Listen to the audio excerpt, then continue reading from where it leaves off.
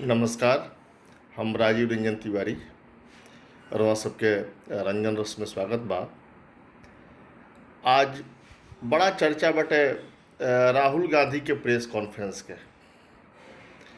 वहाँ का काल press conference के लिए रहनी कांग्रेस पार्टी के बढ़न नेता हैं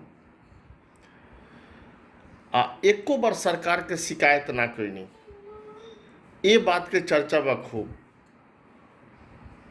कि भाई भाजपा के लोग आ मोदी जी के चेला लोग भक्त लोग बात बात में राहुल गांधी के निशाना पर लेला लो, कोनो ना कोनो बात के लेके उनका के अपन ट्रोल करे ला लो।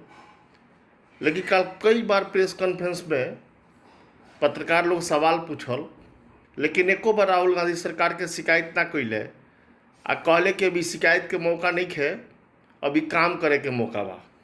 सबसे बड़हन बात तो तब भइल जब उनका से पूछल गई कि कल औरंगाबाद में जो ट्रेन हादसा भई रहे जना में 16-17 गो मजदूर लोग मर गए रहे, ओकरा बारे में पूछल गई कि भाई एकरा के केकरा खातिर केकरा पर दोष दिहल गई के।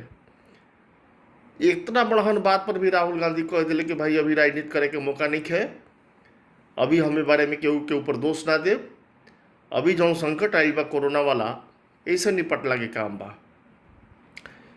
एकरा बावजूद अफसोस देखी, अफसोस के बात ही बा कि मोदी जी के चेला लोग दिल्ली में बैठल एकरा बाद भी राहुल गांधी के ट्रोल करता लो आ कहता लो कि राहुल गांधी के सीख के आवे के तही आप प्रेस कॉन्फ्रेंस में आ ओकरा बाद बतावे के चाही कि का देश दुनिया में चलता।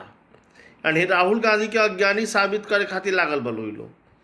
आई लोग ही नहीं जानत कि राहुल गांधी ए बड़ा देश में कौनी अपन पहचान बना रहा बड़े।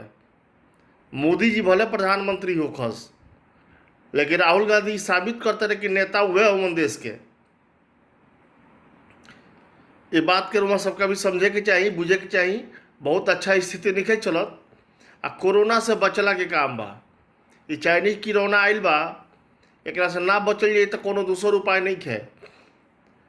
अभी कालिए एगो में संदेश आइल ह, देश के बड़हन अस्पताल है दिल्ली में बा, तो वो सब नाम सुनल हो कब एम्स, ओकर निदेशक हमर रणदीप गुलेरिया जी वो इशारा कैलन जे जून जुलाई में फिर भारी मात्रा में कोरोना से लोग के जान जाई या एक इन्फेक्टेड लोग मिली।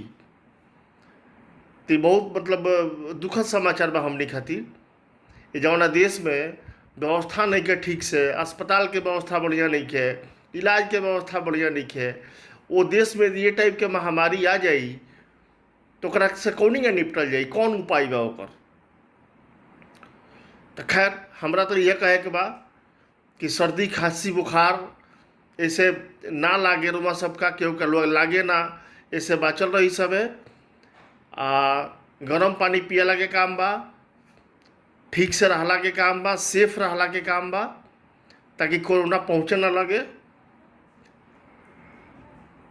यह हमरा कहे के रहल।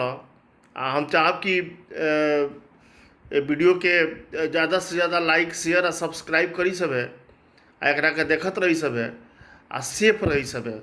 बहुत बहुत धन्यवाद वहाँ सबके।